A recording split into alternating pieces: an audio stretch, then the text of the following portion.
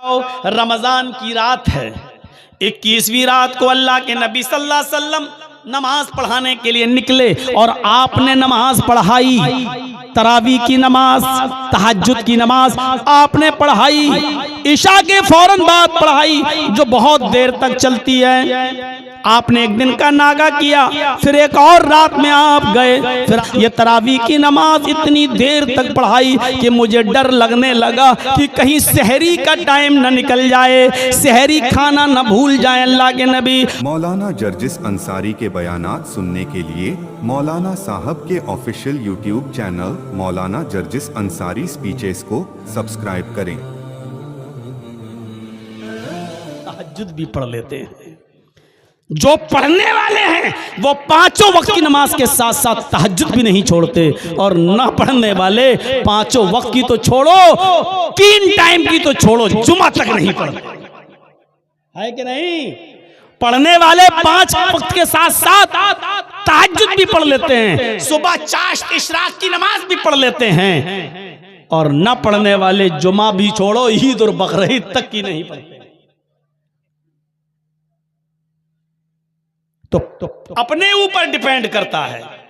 अल्लाह ने जब मोहम्मदुर रसूलुल्लाह को फिर दुनिया में भेजा तो कहा नमाज तो 5 वक्त की है, लेकिन मैंने 1 रकात का सवाब 10 रकात के बराबर रख दिया, एक नेकी को 10 गुना बढ़ा दिया। आए मोहम्मद, आप और आपकी उम्मत अगर 5 वक्त की नमाज पढ़ेगी तो सवाब उसको हम 50 वक्त की नमाजों का ही देंगे। अल्लाह भी अपनी रहमत की बारिश बरसा रहा है और मुहम्मदुर रसूलुल्लाह भी अपनी उम्मत से अपनी मोहब्बत दिखा रहे हैं। ये नबी की मोहब्बत नहीं तो और क्या है कि अपनी उम्मत का नाम सुनते थे तो बार बार चले जा रहे हैं, बार बार। अरे जरा अंदाजा तो लगाओ, रमजान की रात है, 21वीं रात को अल्लाह के नबी सल्लल्लाहु अलैहि वसल्लम नमाज पढ़ाने के लिए निकले और आपने नमाज पढ़ाई। तरावी की नमाज, तहज्जुद की नमाज आपने पढ़ाई। इशा के फौरन बाद पढ़ाई जो बहुत देर तक चलती है। आपने एक दिन का नागा किया, फिर एक और रात में आप गए, फिर आपने नमाज पढ़ाई। मेरे भाइयों, तकरीबन आधी रात तक चली। फिर तीसरी रात आपने जब नमाज पढ़ाई, सहाबाए किराम की भीड़ लग गई, मस्जिद खचाखच भर गई। सहाबाए किराम फरमाते हैं कि अल्लाह के नबी ने तीसरे दिन ये तहज्जुद, ये तरावी की नमाज इतनी देर तक पढ़ाई कि मुझे डर लगने लगा कि कहीं सहरी का टाइम न निकल जाए, सहरी खाना न भूल जाए अल्लाह के नबी, और कहीं फजर की अजान का वक्त न हो जाए। अल्लाह के नबी सल्लल्लाहु अलैहि वसल्लम ने 3 रात नमाज पढ़ाई। उसके बाद फिर आप चौथी रात में नहीं निकले। साहबे किराम इंतजार करते रहे। आपने हुजरे से हुक्म दे दिया, जिसको पढ़ना हो अपनी अपनी पढ़ ले, या जिसको जमात करना है चंद लोगों को इकट्ठा करके कोई इमाम बन जाए। किसी को अपने घर जाना है तो अपने घर में खड़ा होकर अपने बीवी बच्चों को अपने पीछे खड़ा होकर पढ़ा ले। अब मैं नहीं निकलूंगा।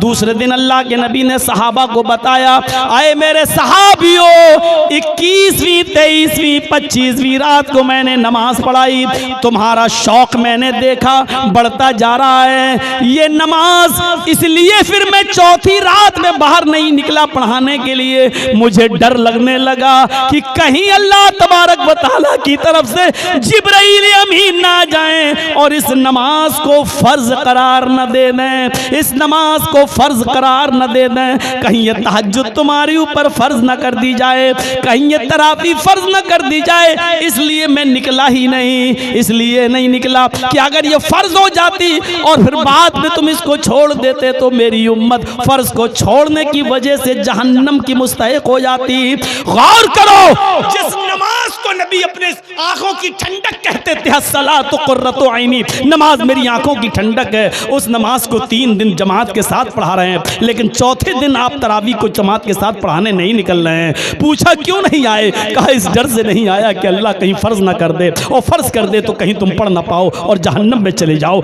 ये नबी की मोहब्बत, ये नबी की रहमत है अपनी उम्मत के ऊपर। ये नबी की मोहब्बत और रहमत बतला रही है मेरे भाइयों की नबी को कैसा प्यार था अपनी उम्मत से। वो नहीं चाहते थे कि मेरी उम्मत कोई फर्ज चीज छोड़ के जहन्नम में जाए, वो नहीं चाहते। हम अंदाजा लगाएं कि हम क्या कर रहे हैं। मुसीबतें हमने अपने ऊपर मोल ले ली हैं। जो आसानियां नबी ने बताई हैं, उन आसानियों को हमने छोड़ दिया है। कितनी आसानी, कितनी आसानी। जरा तसव्वुर करो कि एक सहाबी अल्लाह के नबी के पास आए और कहा, अल्लाह के रसूल मैं तो बर्बाद हो गया। और सुनो सहाबी क्या कह रहे हैं, हलक तो या रसूल अल्लाह, अल्लाह के नबी मैं तो हलाक हो गया। आपने कहा क्या हुआ? कहा अल्लाह के नबी रोजे की हालत में अपनी बीवी से हम बिस्तरी कर लिया। एक सहाबी, अब मसला भी सुनते जाओ, रोजे की हालत में अपनी बीवी से मिल लिया। अल्लाह के नबी ने कहा ओह चलिए, बीवी से मिले हो रोजे की हालत में, बीवी से मिलना गलत नहीं है, लेकिन रोजे की हालत में मिलना जुर्म है। इसलिए बीवी तो टेम्परेरी हराम हो चुकी है तुम्हारे ऊपर। जब तक तुम ये पेनाल्टी नहीं दोगे, ये जुर्माना नहीं दोगे, जुर्माना दे दो बीवी हो जाएगी, और जब तक ये जुर्माना नहीं देते हो बीवी से अलग रहोगे। तो कहा कि पेनाल्टी क्या है, कफारा क्या है, जुर्माना क्या है? अल्लाह के नबी ने फरमाया एक गुलाम आजाद करो। गुलाम, पहले ज़माने में गुलाम चलते थे, लोगों को ख़रीदा जाता था, लड़कियों को बेचा जाता था, ख़रीदा जाता था। लड़कों को हम ख़रीदते थे, उनको गुलाम कहते थे, और लड़कियों को जिनको ख़रीदा जाता था उनको लौंडी कहा जाता था। अब नहीं चलता है, वो सब खत्म हो गया। तो कहा कि एक गुलाम आज़ाद करो। उस सहाबी ने कहा अल्लाह के रसूल गुलाम आज़ाद करने की ताकत मेरे अंदर कहाँ? हम तो खुद ही दूसरे की गुलामी करते रहे पूरी ज़िंदगी, हम कहाँ से गुलाम खरीद के आज़ाद करेंगे? आपने कहा कोई बात नहीं, मेरे पास दूसरा ऑप्शन भी है। कहा क्या? 60 रोजे रखो, 7 नहीं, 7 नहीं, 60 रोजे रखो। और वो भी कैसे? कंटिन्यू, शहरैनी मुतताबिऐन, मुसलसल, कंटिन्यू, लगातार, बीच में एक भी नहीं छूटना चाहिए। और एक भी बीच में छूट गया, मान लीजिए 55 रख लिए, 55, एक छूट गया, छोड़ दो, चलो आराम कर लो, 5 ही तो रह गए, बाद में रख लेंगे, एक दिन आराम कर लो। एक दिन जहां छोड़ दिया 55 बेकार। अब फिर से रखो 1 से 60। हाँ, अगर बुखार आ गया, दर्द हो गया, कोई मजबूरी हो गई, शरई उज़्र जिसको कहते हैं, शरई उज़्र, अगर कुछ हो गया तो अलग बात है, लेकिन कोई उज़्र नहीं है और आपने आराम करने के लिए एक दिन छोड़ दिया, नहीं एक दिन आराम कर लेंगे, 5 रह गए बाद में पूरे कर लेंगे, अगर अपनी मर्जी से छोड़ दिया तो बेकार, सब बेकार। तो कहा कितने रोजे रखूं? कहा 60। कहा अल्लाह के रसूल ये भी हिम्मत नहीं है। कहा क्यों? कहा एक रोजे का तो हाल देखिए, बर्दाश्त नहीं हुआ, अपनी बीवी से मिल बैठा, आप कह रहे हैं 60 रोजे रखिए। सूखा पतला दुबला आदमी कहां से रखूंगा 60 रोजे? ये भी ताकत नहीं है मेरे अंदर। आपने कहा मेरे पास तीसरा ऑप्शन भी है, थर्ड ऑप्शन और लास्ट ऑप्शन। थोड़ा सा बीच में मत उठिए आप लोग, डिस्टर्ब होता है, थोड़ा सा और वक्त दे दीजिए मुझे, बड़ी अच्छी बात बताने जा रहा हूं आपको, नबी की रहमत मुसलमानों के साथ। का तीसरा ऑप्शन क्या कहा बताइए, जल्दी बताइए अल्लाह के रसूल। आपने कहा 60 मिस्कीनों को, फकीरों को, गरीबों को खाना खिलाओ, उनको पेट भर के खाना खिला दो, 60 मिस्कीनों को।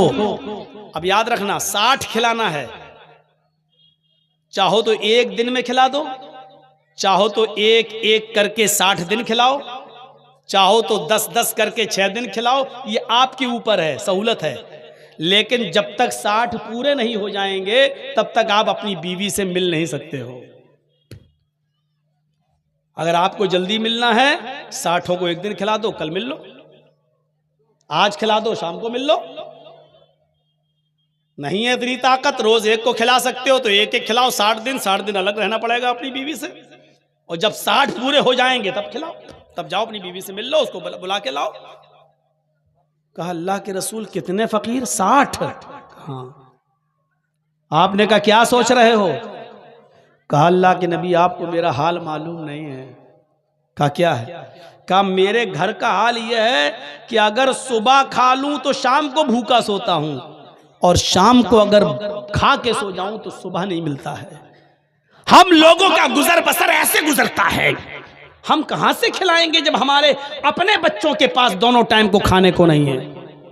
आपने कहा 3 ही ऑप्शन हैं, तो कहा कि जिसके पास तीनों करने का ना हो तो उसके पास कोई और रास्ता नहीं है। अल्लाह के नबी ने कहा अच्छा रुको, तुम्हारे लिए चंदा करवाता हूं मैं, कलेक्शन, ताउन, हेल्प। जोहर की नमाज का वक्त हुआ, आपने सहाबा से कहा कि अपने भाई की मदद करो। इसने रोजे की हालत में अपनी बीवी से जिमा कर लिया, सोहबत कर ली, हम बिस्तरी। इसके पास न गुलाम आजाद करने को है, न रोजे रखने की ताकत है, न मिस्कीनों को खिलाने की है। इसकी कुछ मदद करो ताकि अपने इलाके के गरीबों मिस्कीनों में कुछ खिला पिला दे। साहबा ने चंदा किया और बहुत बड़ा खजूरों का एक टोकरा भर गया। कोई 5 खजूर लाया, कोई 10 लाया, कोई इतनी लाया, 10-15 किलो खजूरें हो गई। इतना बड़ा टोकरा भर गया। आपने कहा इधर आओ, ये लो। कहा क्या करूं? बारिश हो रही है ना, इधर आ जाइए, थोड़ा सा दब जाइए। जब तक मैं नहीं भागूं आप लोग भी बैठे रहिएगा। सहाबे किराम ने गर्दनें कटा दी हैं। आज आपका ईमान देखना है कि कितना मजबूत है। जिनको अपने जेबों में रखे हुए 500 और 1000 नोटों की गड्डी प्यारी है वो जाए यहां से, और जिसको इस्लाम और ईमान प्यारा है वो बैठे यहां पर। अब देखता हूं कि ईमान ज्यादा प्यारा है या नोट ज्यादा प्यारे हैं। और जब ज्यादा तेज बारिश होगी तो सबसे पहले हम ही भागेंगे, फिर आप भी भाग जाइएगा। थोड़ा सा वक्त दीजिए, अल्लाह की तरफ से आजमाइश भी है। इतनी तेज बारिश अभी नहीं हो रही है ना, बारिश का कोई मौसम है। सुनिए, कहा अल्लाह के रसूल इसका क्या करूं? ये खजूरों का टोकरा आप मुझे दे रहे हैं। आपने फरमाया अपने गांव में ले जाओ, अपने कबीले में, अपनी बिरादरी में ले जाओ, और तुम्हारे गांव में, तुम्हारे कबीले में, तुम्हारी बिरादरी में जितने गरीब लोग हैं उनमें इसको तकसीम कर दो। तुम्हारा कफारा, तुम्हारी पेनाल्टी अदा हो जाएगी, तुम्हारा जुर्माना हो जाएगा। जाओ ले जाओ। हंसने लगा। आपने कहा क्यों हंस रहे हो? उसका जवाब सुनिए। कहने लगा आप कह रहे हैं गरीबों में बांट दो। कहा अब ये भी नहीं कर पाओगे तुम? अरे रोजे नहीं रख पाओगे, गुलाम आजाद नहीं कर पाओगे, 60 मिस्कीनों को खाना नहीं, अब तो ये चंदा हुआ तुम्हारे लिए। तुम्हारे मोहल्ले में, गांव में जो गरीब है उनमें भी नहीं बांट पाओगे। जाओ इसको ले जाओ, उनमें बांट दो। कहने लगा बात बांटने की नहीं है, बात इस बात की है कि अपने गांव में गरीब ढूंढूं किसको। कहा क्यों, तुम्हारे गांव में गरीब नहीं है? कहा अल्लाह के नबी आप हमारे गांव में आइए और जायजा लीजिए। क्या कहना चाहते हो? कहा कसम है उस जात की जिसके कब्जे में मेरी जान है, पूरे गांव में मुझसे ज्यादा गरीब कोई है ही नहीं। अल्लाह के रसूल हंस दिए उसका ये जवाब सुनकर। तुम सबसे ज्यादा गरीब? कहा नबी रहमत की जबान से जो जुमला निकला वो ये, तब तुम भी खा लो, अपनी बीवी को खिलाओ और अपने बच्चों को खिलाओ, जाओ तुम्हारी पेनाल्टी अदा हो जाएगी। ये रहमत है नबी की, ये है इस्लाम। और इस्लाम का कायद, इस्लाम का प्रोटेस्ट और इस्लाम का रहबर और इस्लाम का मार्गदर्शक उस गरीब के लिए दरवाजा खोलता है कि तू ही खा ले, अपनी बीवी को खिला, अपने बच्चों को खिला, जा तेरी पेनाल्टी अदा हो जाएगी।